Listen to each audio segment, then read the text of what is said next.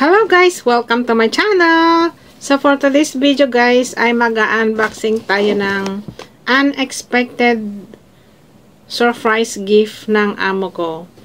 So alam niyo ba guys, kaya siya nagbigay ng unexpected surprise gift kasi 10 years na ako sa kanila sa March 31.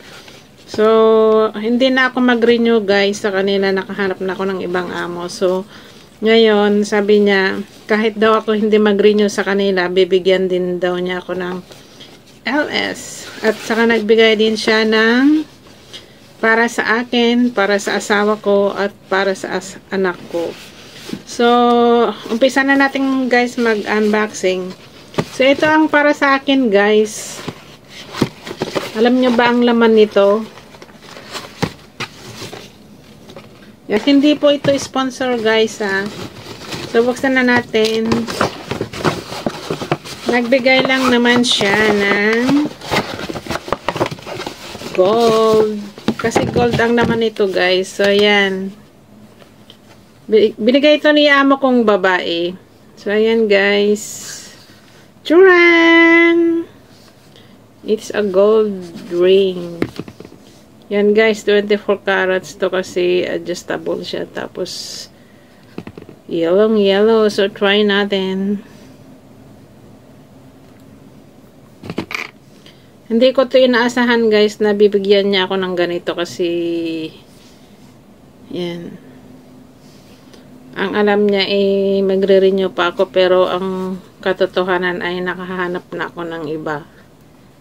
So, ito guys yung binigay niya sa akin. Tapos, may kasama pang letter. Sign natin. Yan, guys.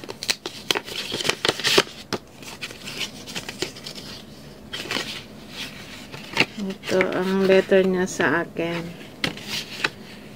Dear Blank, thank you for your effort and stay with us in these 10 years. Wish you happy and healthy forever. Sabi niya ganyan. Tapos, ito naman para sa anak ko at para sa asawa ko. Thank you for let your loved one to work here and live with us. Ma'am, March 2024. So, yan guys, napakabait pa rin ni amo ko. Yan. May additional collection na naman ako. Dati, nung birthday ko, binigyan niya ako ng pendant na gold din. Tapos, next na birthday ko, binigyan niya ako ng earrings. So, ngayon, paalis na ako sa kanila, nagbigay siya ng ring na gold. So, ayan guys. At ito naman yung para sa asawa ko, binigay niya. Hindi to sponsor, ayan. Para sa asawa ko daw. Earbuds. At syempre, sa anak ko ito, gagamitin daw niya mas para sa school niya. So, bumili siya ng ganito. Sabi niya, hindi daw siya mayaman. Pero, bumili pa rin siya ng ganito para sa mga loved ones ko. So, ayun. Salamat sa'yo, ma'am. Shout out sa'yo, amo. Ang amo kong mabait. Actually, si amo ko, mabait naman yon, mapagbigay sa pagkain. Hindi nga lang galante sa pera. Pero sa food, wala kang problema sa food. Galante yun. Bili ng bili. So, ayan guys.